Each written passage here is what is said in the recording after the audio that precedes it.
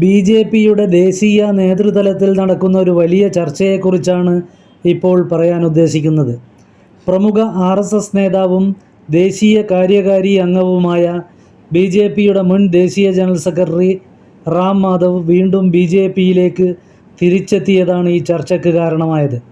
ഇത് പാർട്ടിയിൽ നടക്കാൻ പോകുന്ന ചില പൊളിച്ചെഴുത്തുകളുടെ തുടക്കമാണെന്നും പാർട്ടിയുടെ അകത്തളങ്ങളിൽ പറഞ്ഞു കേൾക്കുന്നുണ്ട്. സാധാരണയായി ആർ.എസ്.എസ് ഭാരവാഹിയായ ഒരാളെ ഒരു സംസ്ഥാന നിയമസഭാ തെരഞ്ഞെടുപ്പിൻ്റെ ബി.ജെ.പിയുടെ ചുമതല പാർട്ടി പ്രസിഡന്റ് നേരിട്ട് പ്രഖ്യാപിക്കുന്ന രീതി ഇതിനു മുമ്പ് സംഘപരിവാറിൽ ഉണ്ടാകാത്തതാണ്.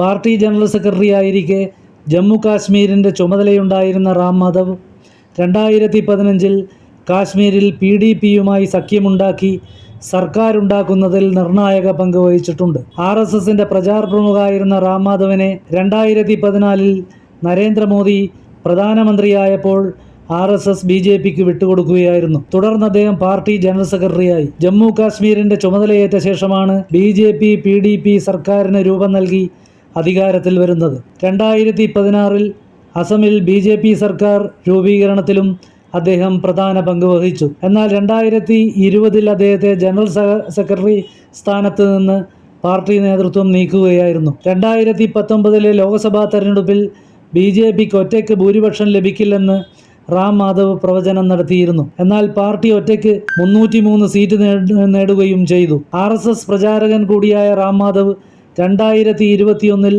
ആർ.എസ്.എസിലേക്ക് തിരിച്ചു പോകുകയും സംഘടനയുടെ ദേശീയ കാര്യകാരിണി സദസ്യനാകുകയും ചെയ്തു. ഇതിനെക്കുറിച്ചും അന്ന് പാർട്ടിയിൽ വലിയ കഥകൾ പ്രചരിച്ചിരുന്നു.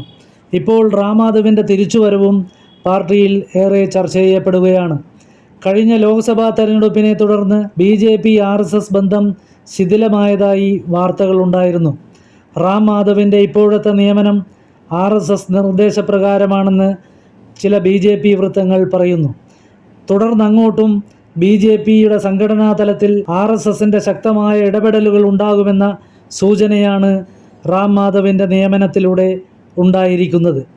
ബി.ജെ.പി നേതൃത്വത്തിനും നരേന്ദ്രമോദിക്കും തന്നിലുള്ള വിശ്വാസത്തിന് നന്ദിയുണ്ടെന്ന് റാം മാധവ് എക്സിൽ കുറിച്ചിട്ടുണ്ട്.